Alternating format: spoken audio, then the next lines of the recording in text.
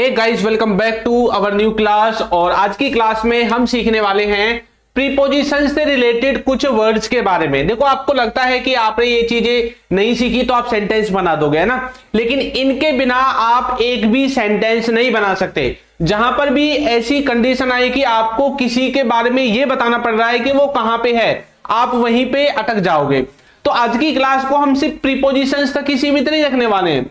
इसमें मैं कुछ अंदर कंजक्शंस भी ऐड करूंगा और इसके अंदर कुछ जो इंपॉर्टेंट वर्ड्स हैं जो कि आपकी स्पोकन इंग्लिश को एनहेंस करेंगे, उन वर्ड्स को भी इसी में मैं इंक्लूड करने वाला हूं। ठीक है, तो चलिए आज की क्लास को शुरू करते हैं। तो यहां पे सारी चीजें मिक्स रहने वाली हैं, प्रीपोजिशन भी, कंजक्शन भी और कुछ इंपॉर्टेंट वर्ड्स भी आपको देखने को मिलेंगे। तो सबसे पहले हमारा है थ्रू आउट। ये थ्रू आउट का मतलब क्या होता है? देखो, आपको लग रहा होगा कि सर हमने तो कभी यूज ही नहीं किया, लेकिन बहुत जल्दी यूज करोगे आप इसको जब आप सीख जाओगे। देखो, थ्रू आउट का मतलब होता है पूरा समय या फिर सारा समय। ये पूरा समय या सारा समय क्या है? मतलब एक टाइम फ्रेम है और उस टाइम फ्रेम के दौरान आप उस समय के दौरान कुछ कर रहे हैं, तो उस टाइम फ्रेम को आप बताना चाहते हैं, वहां पे आप इसका इस्तेमाल करते हैं थ्रू आउट का। जैसे कि मान लो कि आपके जो कॉलेज है, आपके कॉलेज में या स्कूल में एक सेमिनार था। सेमिनार का टाइम था 1 बजे से 3 बजे तक। तो ये कितना टाइम हुआ? 2 घंटे हुआ। 1 से 3 बजे के बीच में 2 घंटे हुआ।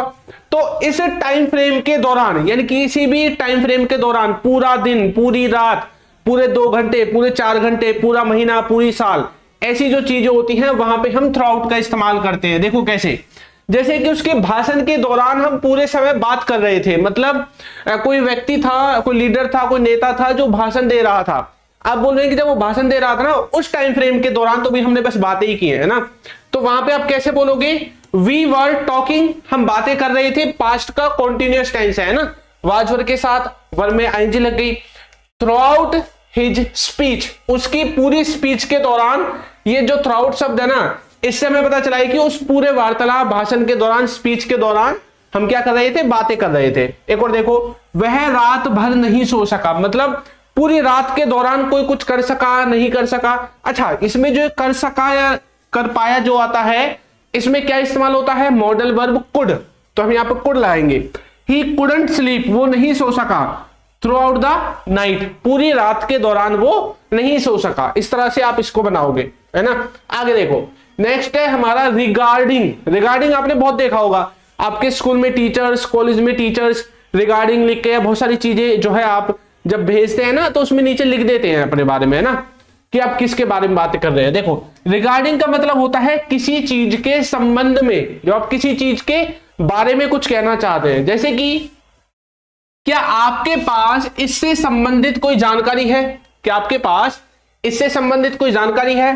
तो do you have any information regarding it? Regarding it, इससे संबंधित। ठीक है, एक और है, मैं तुमसे तुम्हारे जीवन से संबंधित कुछ प्रश्न पूछना चाहता हूं।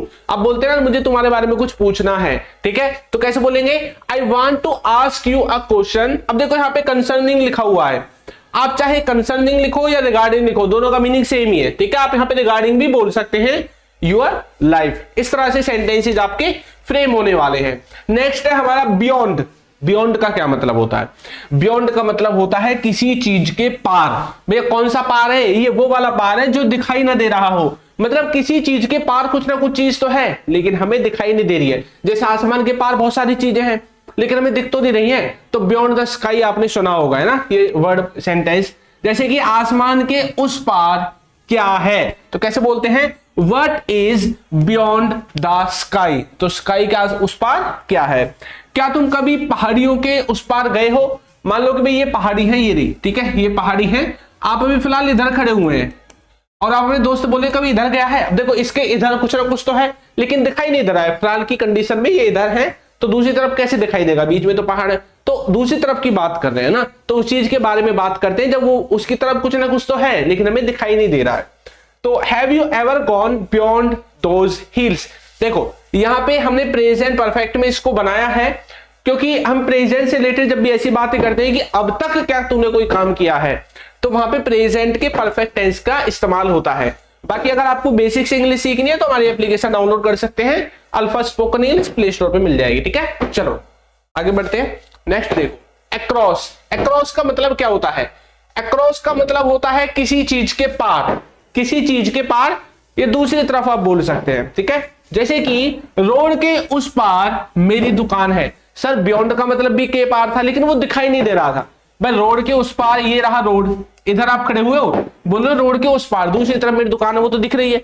इसमें अक्रॉस का आप इस्तेमाल कर सकते हैं, ठीक है। तो there is my shop across the road, तो रोड के उस पार मेरी क्या है, दुकान है। पहाड़ के उस पार नदी बहती है, तो कैसे बोलोगे, a river flows across the hills. तो इस तरह से आप अक्रॉस का इस्तेमाल करेंगे अपने सेंटेंसेस को फ्रेम करने के लिए। आगे देखो, नेक्स्ट है हमारा थ्रो। वो था थ्रो आउट, ये था खाली थ्रो। इसका मतलब क्या होता है, इसका मतलब होता है किसी चीज के आर पार देखना।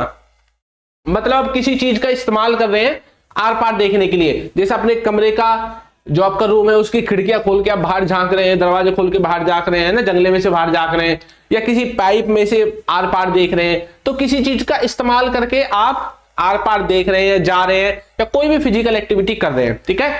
तो वहां पे हम इसका इस्तेमाल करते हैं। जैसे कि इस पाइप में से मैं तेरे को देख सकता हूं।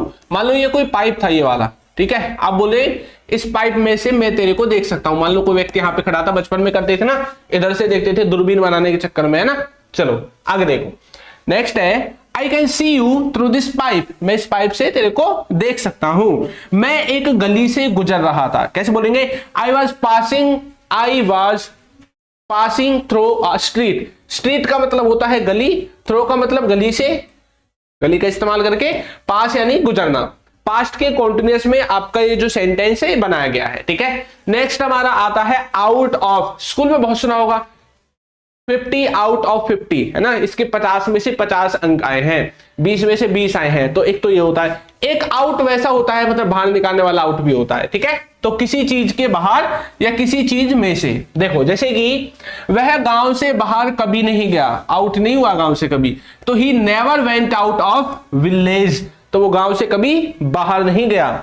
उसे 50 में से 50 अंक मिले, कैसे बोलोगे, he got 50 out of 50। Got क्यों लिखा, पास्ट के इंडेफिनिट में हमने सेंटेंस को बनाया है, और ये गेट की सेकंड फॉर्म की तरह हमने गॉट का इस्तेमाल किया है, ठीक है।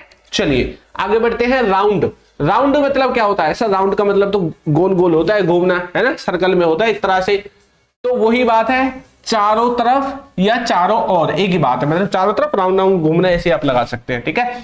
जैसे कि पृथ्वी सूर्य के चारों ओर घूमती है, पता है सर हमें। The earth moves round the sun. Around भी आप बोल सकते हैं, राउंड भी बोल सकते हैं। लोग घर के चारों ओर जमा हो गए। People gathered. गैदर्ड का मतलब होता है जमा होना, गैदरिंग करना, सुना होगा आपने, है ना। राउंड द होम या हाउस, जो भी आपको बोलना है आप यहाँ पे लगा सकते हैं, ठीक है। तो इस तरह से आप राउंड को समझोगे। क्या समझोगे, राउंड, चारों तरफ या चारों ओर। नेक्स्ट है हमारा अमंग। अमंग, अमोंग, जो भी आपको बोलना बोलो, अमंग वैसे, ठीक है। इसका मतलब क्या होता है, अच्छा देखो, बिटवीन आपने सुना होगा, बिटवीन सुना ही नहीं सुना, सुना होगा, दो लोगों के बीच की जब बात करते हैं।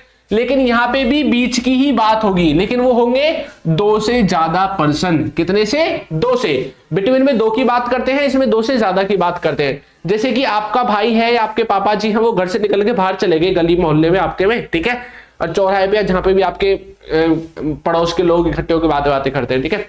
तो आपकी मम्मी ने बोला भाई बुला के लाना उसको, आपके भाई को। आपने देखा कि वो वहां से दो से ज्यादा लोगों के बीच में खड़ा हुआ है, 4 5 6 8 10 कितने भी लोग हो, तो तब वहां पे आप किसका इस्तेमाल करोगे, अमंग का। लेकिन अगर वो दो ही के बीच में होता तो बिटवीन आप दिखा सकते हैं लगा के, ठीक है। तो मैं बोलूंगा वे खुद के बीच बातें कर रहे थे, भाई मैंने देखा वो बहुत सारे लोग थे और आपस में ही बातें कर रहे थे, तो दे वर टॉकिंग अमंग देमसेल्व्स, ठीक है।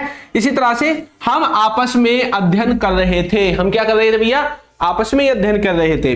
तो we were studying among ourselves. तो कोई कुछ कर रहा था, वहां पे आपने किसका टेंस का इस्तेमाल किया है, पास्ट के कॉन्टिन्यूअस का, ठीक है। कैसे पहचाना, वाज वर लगा हुआ है और वर्ब में आईएनजी भी लगी हुई है हमारी, इनसे हम इनको पहचान सकते हैं। नेक्स्ट है हमारा अबव। अबव का मतलब होता है किसी चीज के ऊपर, ऊपर की जब बात करते हैं, अबव बिलो सुना होगा ना, अप डाउन ऐसे होता है, ठीक है। तो प्यार पैसे से ऊपर है, तो बोलोगे love is above money.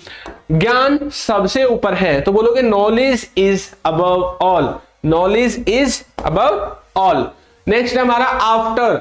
After का मतलब क्या होता है, आफ्टर का मतलब होता है बाद में। सर ये तो हमें पता है, एक आफ्टर का मतलब होता है किसी के पीछे पड़ना, लेकिन इसके साथ एक शब्द और जोड़ना पड़ेगा।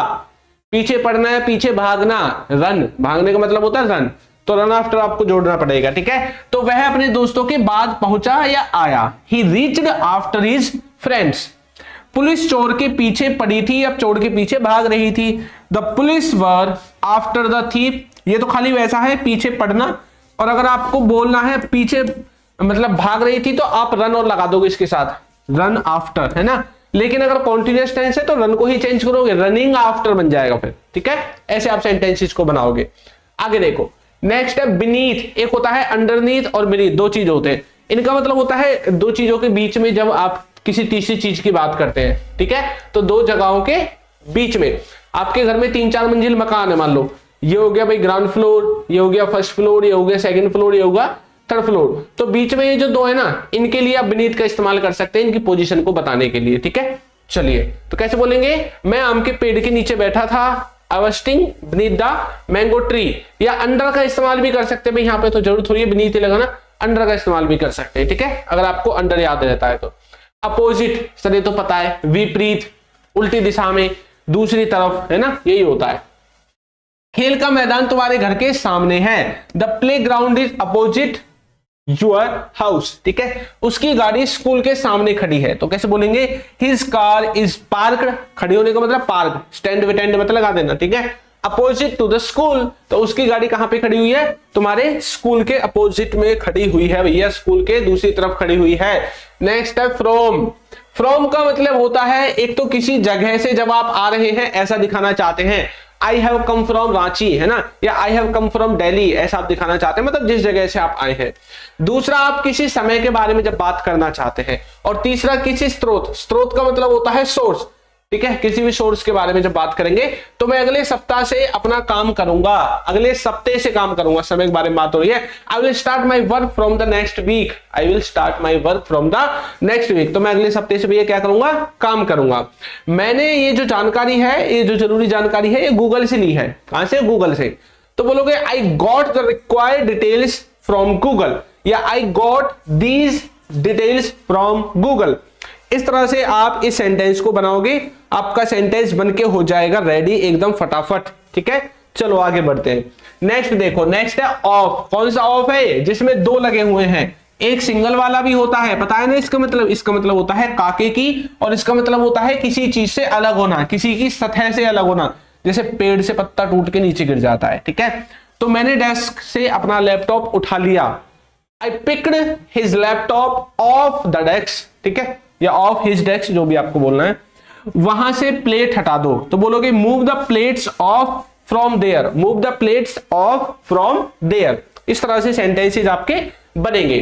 नेक्स्ट है हमारा ओवर। ओवर का मतलब क्या होता है, ठीक ऊपर। जब ऊपर की बात करते हो, कोई चीज किसी को छूती नहीं है, जैसे बॉल निकल जाती है ना, कई बार बैट बॉल खेलते जब ऊपर से निकल गई है ना, और जो आप पुल देखते हैं, पुल, फ्लाईओवर, ब्रिज, जो भी आप बोलते हैं, वो किसी चीज के ऊपर से निकल जाता है, पानी की नदी के ऊपर से, बिना उसको छुए हुए। तो कोई भी चीज जब किसी को छूती नहीं है और उसको ऊपर से निकल जाती है, उस कंडीशन में हम उसको किसके द्वारा बताएंगे, ओवर के द्वारा, ठीक है।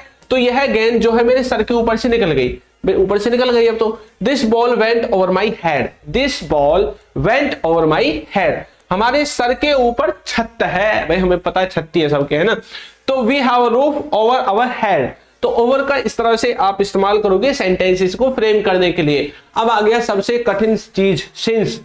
बहुत पढ़ा होगा परफेक्ट कॉन्टिन्यूअस टेंस में, चाहे प्रेजेंट परफेक्ट, पास्ट परफेक्ट या फ्यूचर परफेक्ट, तीनों के परफेक्ट कॉन्टिन्यूअस टेंस में इसको इस्तेमाल करते हैं।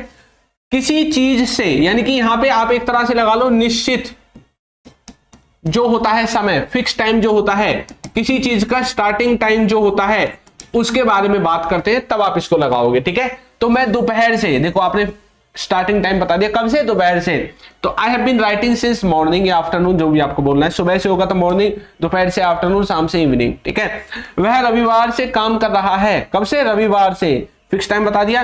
ही has been working on it since Sunday, ठीक है। तो संडे से वो क्या कर रहा है, काम कर रहा है। नेक्स्ट है बिफोर। बिफोर का मतलब होता है किसी चीज के पहले या किसी चीज के सामने, जैसे कि मेरे जाने से पहले वो आ जाएगा, तो बोलोगे he will come before I leave, he will come before I leave, मेरे जाने से पहले ही आ जाएगा भैया, है ना। मैं आपके सामने बोल रहा हूं, देख तेरे ही सामने बोल रहा हूं, ठीक है।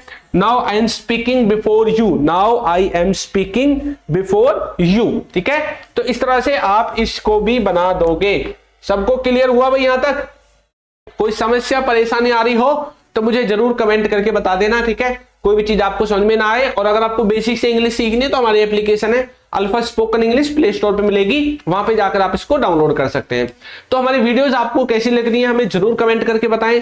आपको कोई भी डाउट आता है तो उसको भी आप हमें कमेंट करके बता सकते हैं, पूछ सकते हैं, ठीक है। और अगर आप हमारे चैनल पर नए हैं तो वे चैनल को सब्सक्राइब जरूर कर दो, वीडियो को लाइक भी जरूर कर दो। अब हम मिलेंगे नई क्लास में नए टॉपिक के साथ, तब तक के लिए सभी बच्चों को थैंक यू।